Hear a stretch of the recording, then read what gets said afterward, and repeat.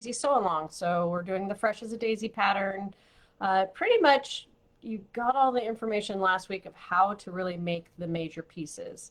So you guys are welcome to be going on ahead.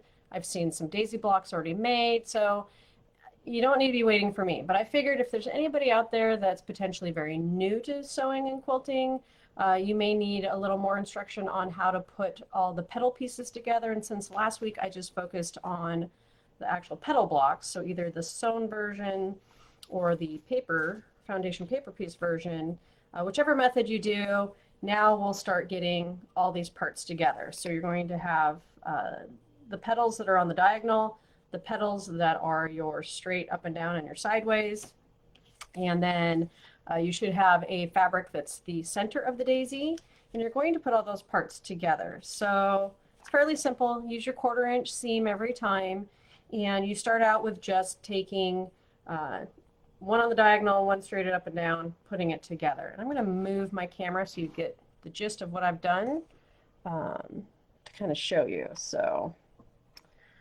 kind of tried to just get all these parts. So you start out, lay all your blocks out, right? So generally you're going to have all these pieces not sewn together, but I try to get ahead of the game so you don't have to sit and watch me sew. So you just start with these two and you sew your 1/4 inch seam. Now remember my rules generally when you're putting two pieces together, the right sides together, nice, even, straight up.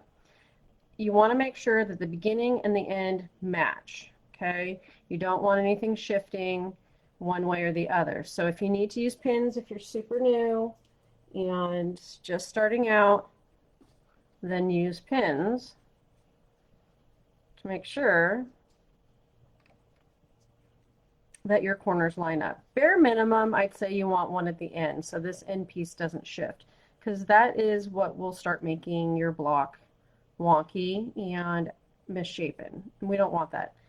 Otherwise, start at the beginning and the end. This is a small enough block that you don't really need more. If you're working in long sections, then definitely start using more pins so that you don't get a lot of shifting one way or the other. But with something this small, bare minimum, I'd say have one at the end. So I'm going to take it to my machine and sew that piece, okay?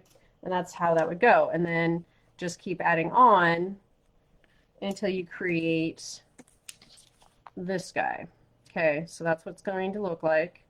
And then you start putting, so you're going to have, for each daisy, you need two sections that look like this, okay, that have two diagonals in the center sewn together. Two sections like that, and then you're going to have one center section where you have your daisy center, whatever color you're using, and two of these regular petals that are going either up and down or side to side. Okay, so then you just start putting all those parts together, and so then you would start putting this together. Now, once again, I'm going to make sure to tell you guys, use pins, okay? At least where your seams match up. Now, I've pressed all my seams open so that they lay nice and flat together, and then I just put a pin in each seam. Get them to behave today. And then definitely one on this end. Now these blocks are all paper foundation pieced, so it helps keep everything from stretching. And here we'll pin the beginning too. So notice it looks somewhat poofy and things. Once I get to the machine, it will start to stretch back out. A lot of times when working with paper, I will make sure that when I'm sewing this whole section together, that the paper side is up and everything underneath stays on the bottom where the feed dogs are, so that it helps make everything fit and ease its way where it belongs, versus potentially on the top, if you get too much excess like this guy's trying to do, it would potentially try to fold over into a seam and you would get a pucker. So we want to make sure we're avoiding those types of issues. And a lot of ways of doing that is making sure that extra bulk is on the bottom, because it will just flatten itself out evenly as you sew, and keeping the paper on top to keep everything nice and flat and consistent.